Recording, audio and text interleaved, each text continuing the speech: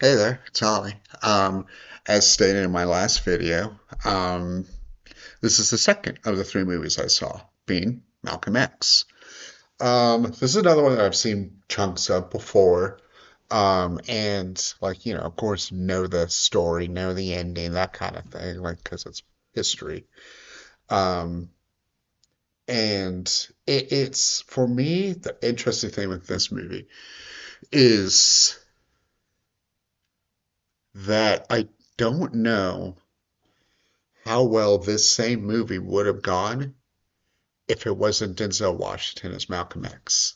If they had any other like person as him, as Malcolm, I don't know if this would have hit as hard because despite Angela Bassett, Delroy Lindo, Spike himself, um, Al Freeman, Albert Hall, like all of these like really good actors in it. Um, they get overshadowed by Denzel. It is really Denzel's movie.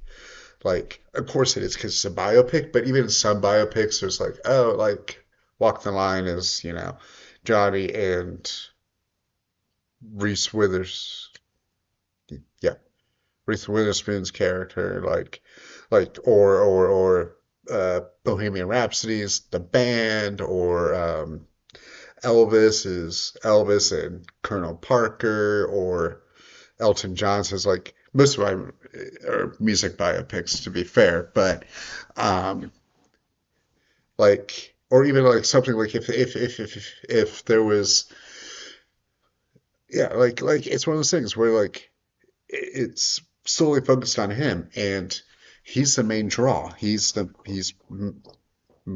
focused in on him the whole time. And if they got a less charismatic actor to be Malcolm X, I don't think he would have done as well. I don't think it would be as remembered as like a one of the better Spike Lee movies. And to be fair, I don't know really the ranking on this for Spike's movies because um yeah, you have Do the Right Thing at the top pretty much for most people. Um Malcolm X, Crooklyn, which I started to watch, but it's not necessarily my vibe, but I'll get into whatever. Black Klansman. She's Got to Have It. He's Got Game. Bamboozled. Uh, the Old Boy remake. More Better Blues. Jungle Fever. Like he's done a lot, but like a lot of them, like or like the ones that like say, oh yeah, he did those, but it's not talked about the same. I guess what I'm saying. But like I do wonder how this would have been without Denzel in the role.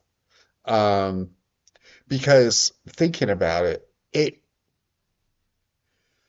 because the movie is 3 hours long, you do spend a lot of time like noticing how Spike directs. And I do feel like he is better with a more ensemble cast, a larger cast. Um, the camera works pretty steady for the most part, like except for like that very like almost very end shot where it's like kind of like following him as he's like kind of gliding. Um, but for the most part, it's standard work, but like it just presents it, I feel like. And sometimes that works. It's um like one of them for like the more ensemble movies, I feel like just the standard kind of works. Like Crooklyn's a bit more standard, like more family vibes. Do the Right Thing, similar. Uh, and having just sort of like the basic camera work, like the basic shot kind of thing, works for those.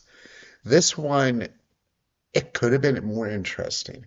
It felt basic, honestly, or just simple. Like I'm not saying he's bad. This isn't me saying it's a bad movie or anything like that. It's a good movie. It's well done. But you do see his limitations. Spike, for me, at least from the ones I have seen, is much more message and actor based rather than like getting interesting shots, doing stuff like interesting with the camera or sometimes even the writing. Like it's very um, vibes and actors, um, which is fine, which is a good way to do it. I mean, it's kind of close to how Tarantino does in a way, which ironically, me mentioning that knowing their relationship is funny, but it is very much similar in that way where their movies are heavily dependent on the actors and like the characters, really.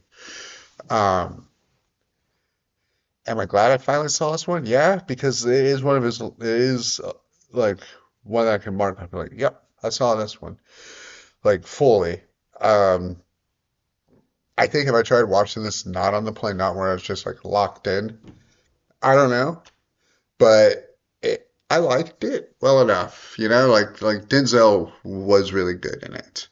Um, I wouldn't say this is my favorite Delroy Lindo role.